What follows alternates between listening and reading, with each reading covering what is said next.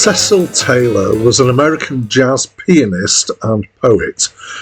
He started playing jazz in the mid-50s. By 1959, he was diverging from mainstream jazz, doing more complex stuff and longer tracks and longer performances. He found it hard to get gigs at that point. He had the Cecil Taylor Unit, which existed from 1962 to 2006, which had a shifting group of sidesmen. In the late 60s, he started playing solo live quite a bit, but he also had the Field Trio in the late 80s, which was himself bass and drums.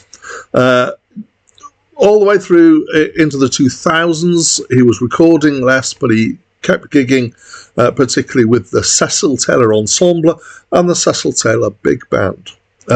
By the time he died in 2018, he'd released somewhere in the region of 96 albums.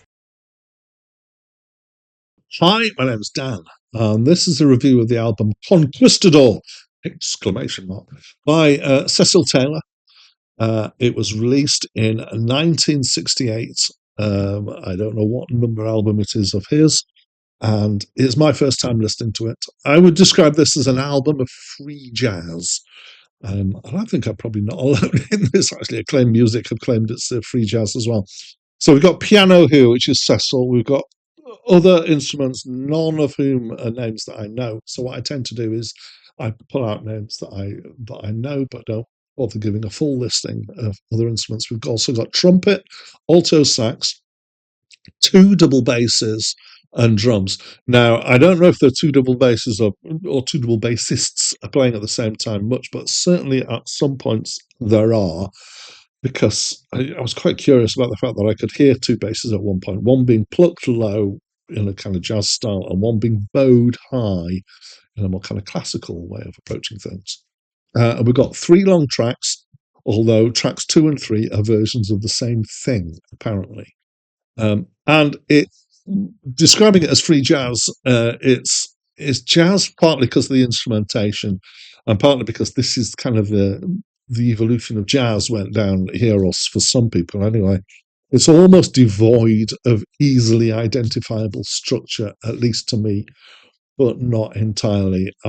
There is not very much in free jazz that I have managed to not identify at least a little bit of some kind of structure in. Particularly in the first track, I could hear shifts, which might have mean that it's got kind of a modal basis for what's going on. But I'm throwing in technical words here that I don't necessarily understand. I'm just using it. Certainly at times, in fact, most of the time, there seems to be an agreement about what might constitute a root note. At times, there's some more structured rhythmic content going on. So this makes me wonder if there is some imaginary and agreed structural elements going on that they're working around, but they only actually put them in occasionally to remind the listener of them. And most of the time they're imagining it and playing around it. There are at times, in terms of other bits of structure, agreement about who's taking the lead, and at times agreement about where they are on a scale of frantic versus calm. And it goes, up here and then maybe down to about here. So that's all description and speculation on technical aspects. Did I enjoy it? A bit, but not really, I have to say. So I'm now going to break away from talking about this album specifically, although it does apply to this album. And it did make me think a little bit about free jazz in general. And free jazz is one of those things that is meant to make you think, I'm pretty sure. So jazz has undergone a transition. Where are we? Late 60s. So it's in the 50s and 60s, particularly, this transition happened. And it's a transition from dance halls to concert halls, and from feel-good dancey music to songs and songs to intellectual form and structure. Interestingly, I've just had this thought. I think that some of this has been kind of happening in modern pop R&B. There's been a kind of breakdown and a change in the way it's been kind of approached in more experimental ways in recent years. So I think there's an analogy going on there. Anyway, where was I? I look at my note. I was going to talk about architecture. And if you get like a nicely proportioned Georgian facade, it can be pleasant to look at. There's a particularly nice one in the centre of Newcastle, not far from where I live. So you look at a whole street of that, and it looks good. A demolished building is less aesthetically pleasing.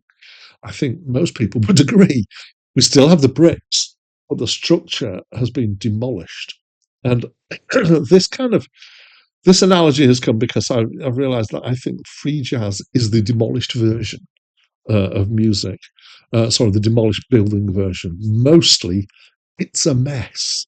Okay, so I think what's been done is taking away the structure means that it's less appealing to us. So our brains like recognizing structure and patterns and repetition, but also at the same time like surprise and variation. And these are some of the things that build into our aesthetic sense almost entirely. And the surprise and variation is, well, in some ways is gone because it's so chaotic, but also the structure, patterns, and repetition have gone here. And there's, as I said, there's very little structure to hook into.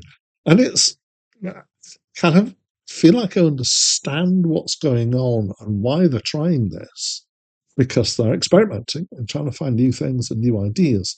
But the thing that I don't like, as well as the kind of aesthetics of this, that I'm not a huge fan of generally, is that I think you need to be careful not to listen to elitists who say that to be sophisticated, you need to appreciate extreme music. And I think free jazz is one of those things that there is a kind of fraternity of elitists who think, ah, yes, I like free jazz, therefore I am a more sophisticated listener than people who don't. And I don't subscribe to that idea. Anyway, I've digressed quite a bit here with my philosophical musings about free jazz. I was not a great fan of this album. I'd love to know what you think of the album, though, so please let me know by leaving a comment. And that's it from me for now.